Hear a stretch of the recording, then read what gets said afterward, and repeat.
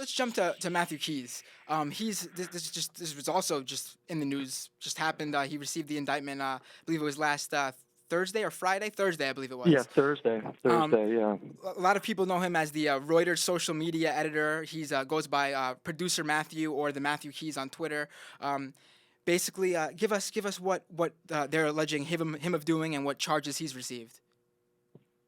He's being charged again under the Computer Fraud and Abuse Act, 18 U.S.C. 1030, but a different section of it, and it's not. I think it's a 3-count indictment.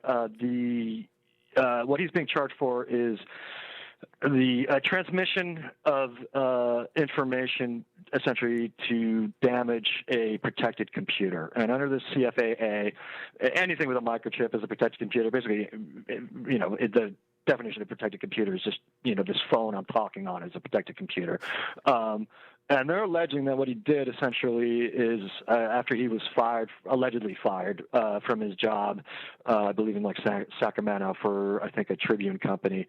They're saying about 2 months later, he was in a IRC room, Internet Feds, which are very notorious IRC room, and that he passed a username and password from the Tribune to somebody in that room, and that they eventually were able to sort of deface this article that was appearing on the LA Times website. And it's like a one-page, very short article on tax cuts where somebody just changed some of the words, like the names from, whatever, Bob Smith to Chippy 1, 2, 3, 4. It's not even clear to me that that's damage under the statute, but now he's been hit. He's facing a maximum, I think, of 25 years in jail and $750,000 in fines.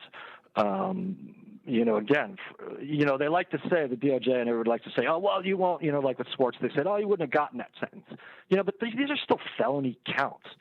You're still in the press as someone who's been indicted as a felon. So, what would he get if he was convicted? I don't know, maybe 1 to 3, but still, and he maintains his innocence, and I believe him. We're going to vigorously litigate that one. The interesting thing about what he could possibly face is that I was reading online that, for example, let's say somebody did do this and they received the same charges that Matthew is receiving. They would have received less charges, less fines, less prison time, if they just walked in and as a way to show their old company off, he just assaulted his boss. He would have received less time. Yeah, that's a good point. I saw that. There was an Atlantic blog pointed that out, and Hani Fakuri over at EFF pointed it out. Is that if he would have faced a lot less penalties if he'd just gone to the front of the LA Times building and defaced it with spray paint, because it probably would have been a misdemeanor under California law, at worst a felony where you get a couple of years and a few $1,000s in fines, and so there's this weird sort of disconnect. A lot of people have been pointing like the Steubenville rapist only getting 2 years.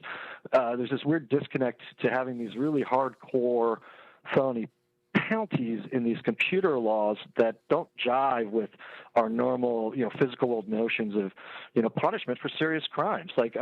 These punishments on these computer law statutes are on par with like aggravated assault and rape and, manslaughter and whatnot. And, I think we need to take a step back to see if that's really warranted in the majority of situations. Sure, maybe if you've gone in, you've hacked whatever the Defense Department computer or brought down a financial institution's computer and wreaked havoc on the economy or on national security. Yeah, sure, penalize that. But this kind of stuff, this kind of behavior that people engage in every day to turn it into a felony is I think a little dangerous. The interesting thing about that is I see people equating it to, like if you went out, what he's being charged with doing is equal to if he went out and sprayed graffiti on a wall. But the interesting thing there is, and correct me if I'm wrong, he's not even being charged with doing the actual defacing. Right. It's a conspiracy charge, and they call conspiracy the prosecutor's friend. So, yeah, he's not being charged with actually having done it. He's being charged with entering into a conspiracy to do it. And a conspiracy, you just have to have an agreement whose object is illegal and one overt act in furtherance of that. agreement to commit a criminal act. So that's a sign that maybe their case isn't as strong, but they're still it can be tough to beat.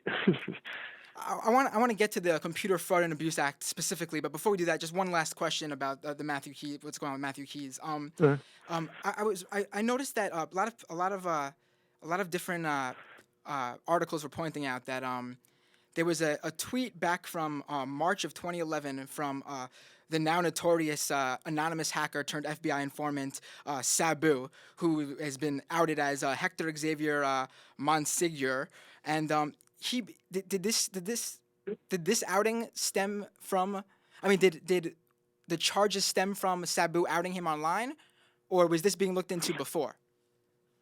I don't know. It's so early in this case. I haven't, had a chance to get all the discovery. I don't know at this point. I mean, that's a good question. I just don't. I don't have a factual basis for answering it right now. Basically.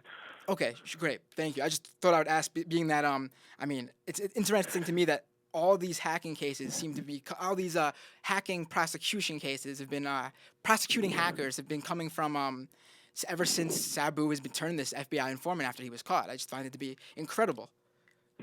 Oh yeah, I find it really interesting too, and believe me, it's something we'll be looking into.